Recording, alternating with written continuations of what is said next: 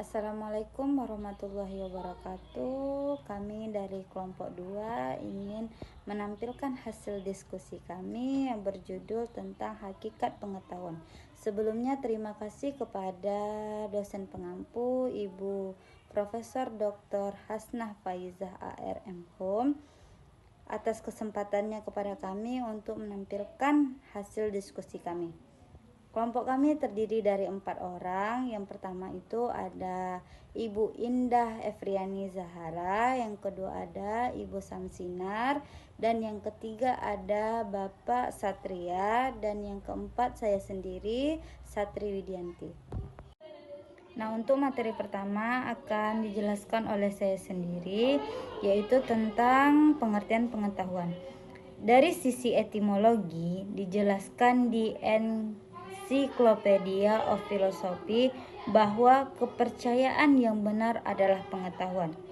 Dari segi terminologi, dalam Bahtiar pada tahun 2004 mengatakan yang diketahui merupakan pengetahuan. Nah, jadi apapun yang kita ketahui adalah berupa pengetahuan. Hal ini merupakan hasil sadar, kenal, insaf, pandai, dan mengerti. Di Kamus Filsafat dipaparkan bahwa pengetahuan ialah runtutan peristiwa hidup yang semua orang ketahui dalam keadaan sadarnya. Untuk materi selanjutnya yaitu ada hakikat pengetahuan. Nah, dasarnya pengetahuan merupakan kondisi mental. Sesuatu yang diketahui merupakan penyusunan pendapat mengenai suatu objek. Dalam kata lain, susunan mengenai bayangan, mengenai fakta yang berada di luar pikiran. Menurut Bahtiar pada tahun 2004, ada 2 teori untuk mengetahui tentang hakikat pengetahuan. Yang pertama itu ada realisme. Realisme ini disebut pandangan memiliki pendapat bahwa bersifat nyata pada alam. Pengetahuan yang berada dalam akal adalah gambaran sebenarnya yang berada di luar pikiran. Nah, yang kedua itu ada idealisme. Idealisme ini adalah teori untuk menekankan mustahil dalam memperoleh kebenaran pengetahuan yang sepadan dengan kenyataannya. Kita lanjut materi selanjutnya yaitu tentang sumber pengetahuan. Menurut tafsir, mengemukakan bahwa pengetahuan dalam diri kita didapat dengan memakai macam-macam peralatan yang menjadi asal pengetahuan tersebut. Terdapat beberapa pendapat mengenai asal pengetahuan. Yang pertama itu ada empirisme. Empirisme ini menurut aliran memperoleh pengetahuan manusia melalui hal yang dialaminya, yaitu pengalaman indrawi atau disebut juga panca indera manusia. Yang kedua itu ada rasionalisme. Nah, rasionalisme ini adalah pandangan yang menyebutkan pikiran merupakan kepastian dasar pengetahuan yang didapat dan dihitung dengan akal. Orang-orang mendapatkan pengetahuan dengan aktivitas memperoleh objek. Yang ketiga itu ada intuisi. Intuisi merupakan produk dari perubahan pemahaman yang tertinggi. Intuisi hampir sama dengan insting, tapi berbeda dengan kebebasan dan kesadarannya. Intuisi sifatnya personal dan tidak dapat diprediksikan. Nah, yang keempat itu ada wahyu. Wahyu merupakan pengetahuan yang diberikan oleh Allah untuk manusia melalui perantara para nabi. Pengetahuan melalui jalan ini adalah keistimewaan bagi para nabi. Hal tersebut yang menjadikan kita berbeda dengan nabi. Nabi berbeda dengan kita. Nah, wahyu Allah mengandung pengetahuan baik tentang kehidupan manusia yang dapat dijangkau oleh pengalaman ataupun lingkup permasalahan transendental seperti alasan menciptakan manusia, dunia, dan seluruh kandungannya, serta kebangkitan kita di akhirat. Nah, Baik, materi selanjutnya akan disampaikan oleh Ibu Indah Efriani Zahara. Kepada Ibu, saya persilahkan. Terima kasih Satri. Baiklah, saya Indah Efriani Zahara akan melanjutkan penjelasan mengenai kriteria kebenaran. Albert Einstein mengatakan, kebenaran bukanlah sesuatu yang dimiliki, melainkan sesuatu yang harus dicari. Kutipan ini menekankan pentingnya pencarian kebenaran dan bahwa kebenaran bukanlah sesuatu yang statis atau tetap, tetapi sesuatu yang harus ditemukan melalui proses berpikir kritis dan eksplorasi. Berbicara mengenai kriteria kebenaran, kita akan berbicara mengenai dua hal. Yang pertama, kebenaran ilmiah, dan yang kedua adalah kebenaran non-ilmiah. Kebenaran ilmiah adalah kebenaran yang bisa dijumpai dan dianalisis menggunakan pendekatan teoritis tertentu.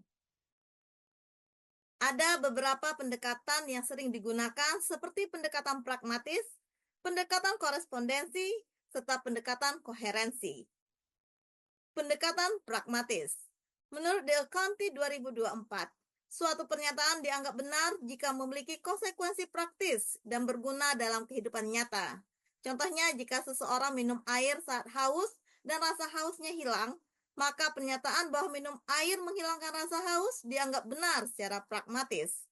Kemudian pendekatan korespondensi. Menurut Dan Woody 2023, kebenaran adalah kesesuaian antara pernyataan dan kenyataan ataupun fakta. Contohnya, jika kita mengatakan matahari terbit di timur dan kita mengamati setiap pagi matahari memang terbit di timur, maka pernyataan tersebut dianggap benar. Lalu pendekatan koherensi. Menurut Joaquin 2013, kebenaran adalah konsistensi logis dalam sistem pengetahuan yang saling berkaitan. Misalnya dalam kehidupan sehari-hari. Jika seseorang mengatakan bahwa dia vegetarian, dan kita melihat dia hanya makan sayuran dan buah-buahan tanpa mengkonsumsi daging, maka pernyataan tersebut koheren dengan tindakannya. Yang kedua adalah kebenaran non-ilmiah. Kebenaran non-ilmiah adalah kebenaran yang ditemukan dengan melakukan metode yang tidak selalu mengikuti metode ilmiah standar. Misalnya penemuan secara kebetulan. Menurut Robert 2021, penemuan yang terjadi secara tidak sengaja seringkali membawa kebenaran baru yang tidak terduga. Dalam kehidupan manusia, penemuan seperti ini tidak selalu tidak memberikan manfaat. Terkadang ada yang memberikan manfaat walaupun tidak bisa dijelaskan secara logis. Contohnya, penemuan penisilin oleh Alexander Fleming adalah contoh kebenaran yang terjadi secara kebetulan. Kemudian ada juga penemuan melalui mencoba dan meralat, trial and error. Menurut DW 2011, metode mencoba dan meralat adalah cara menemukan kebenaran dengan mencoba berbagai cara dan memperbaiki kesalahan. Penemuan ini muncul dengan tiada kepastian dapat berhasil ataupun tidak. Pada dasarnya terdapat kegiatan pencarian kebenaran, namun memiliki unsur spekulatif atau untung-untungan.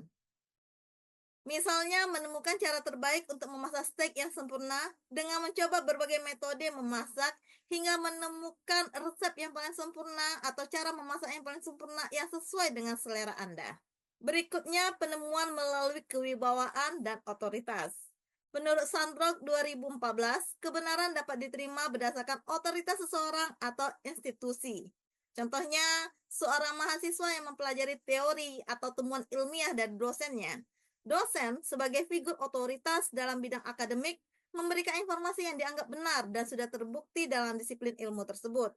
Mahasiswa menerima pengetahuan tersebut berdasarkan kewibawaan dosen mereka. Lalu ada juga penemuan secara spekulatif.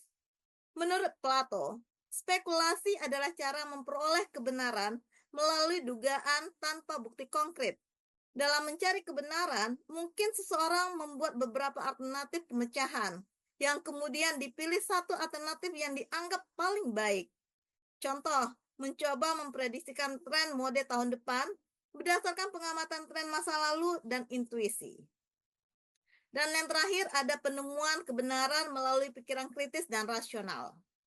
Menurut Aristoteles, kebenaran dapat ditemukan melalui analitis kritis dan logis. Ketika memecahkan suatu masalah, manusia berupaya menyelidikinya berdasarkan pengetahuan dan pengalaman yang ia miliki agar mencapai pemecahan masalah yang benar atau berkesimpulan yang baik. Contoh, seseorang yang menganalisis pengeluaran bulanannya, memeriksa di mana ia bisa berhemat, dan membuat keputusan berdasarkan data, adalah contoh penerapan pikiran kritis dalam mencapai kebenaran praktis. Baiklah, itu saja dari saya mengenai kriteria kebenaran. Materi berikutnya akan disampaikan oleh rekan saya, Samsinar. Kepada Samsinar, saya persilahkan. Terima kasih Bu Indah yang telah menjelaskan tentang kriteria kebenaran. Selanjutnya, saya Samsinar akan menjelaskan tentang ukuran kebenaran.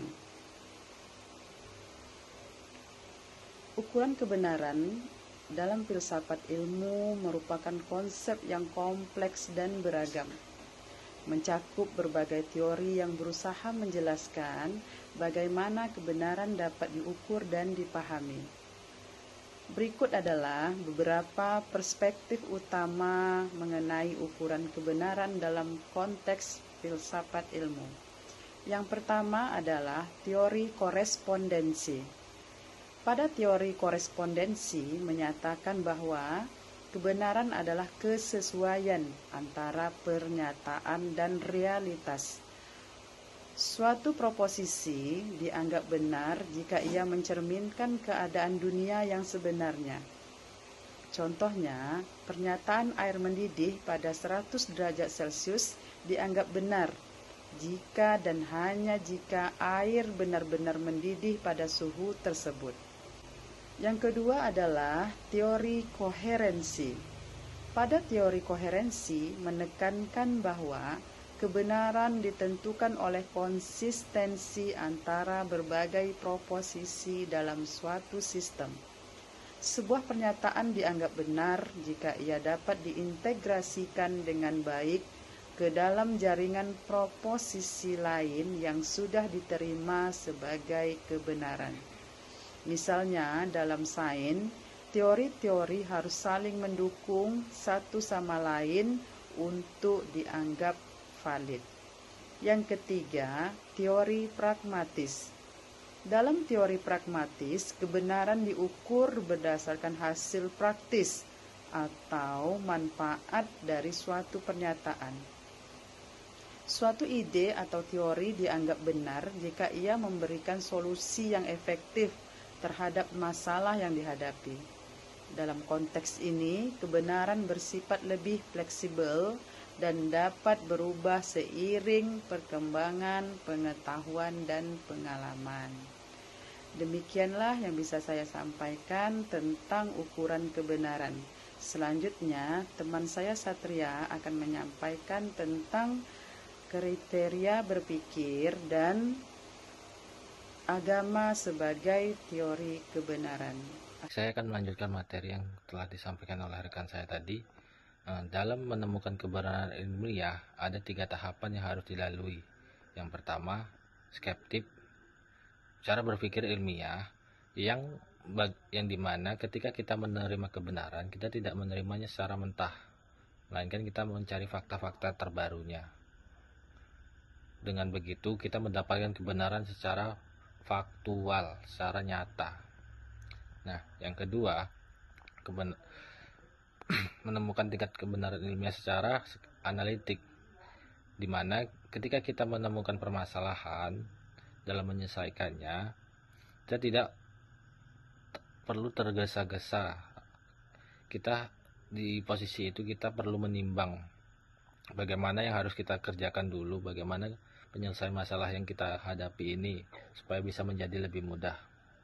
Nah, yang ketiga, proses berpikir kritis, di mana ketika kita dihadapkan dengan masalah, kita harus mencari berbagai alternatif lain untuk menyelesaikan permasalahan itu. Kita dalam menyelesaikan masalahnya, kita tidak menjadi subjektif, melainkan kita menyelesaikan secara objektif. Agama bisa dianggap sebagai teori kebenaran. Mengapa demikian? Agama bisa diartikan sebagai teori kebenaran karena kebenaran agama didasarkan oleh kepercayaan masing-masing yang sifatnya ini bersifat mutlak. Lalu, agama juga mempunyai ciri khas, yaitu menjadi alternatif jawaban ketika seseorang itu dihadapkan masalah yang menurut dia itu berat, maka ia mengadu ke Tuhan. Dengan begitu, seseorang itu akan percaya bahwasanya Tuhan itu akan membantunya dalam menyelesaikan masalah. Orang-orang yang menelusuri dan menentukan kebenaran suatu hal agama dalam proses bertanya. Bertanya kepada siapa? Bertanya kepada orang yang lebih memahaminya. Lebih memahami dalam penyelesaian masalahnya. Lalu, agama juga bisa memberi kepastian kepada seseorang. Kepastian secara nyata, kepastian yang dikatakan secara logis. Mengapa demikian? Dengan kita percaya kepada agama, itu bisa kita katakan logis. Bukan. Agama memberi kepastian yang mantap terhadap suatu bentuk kebenaran. Kita mempercayai agama itu secara nyata.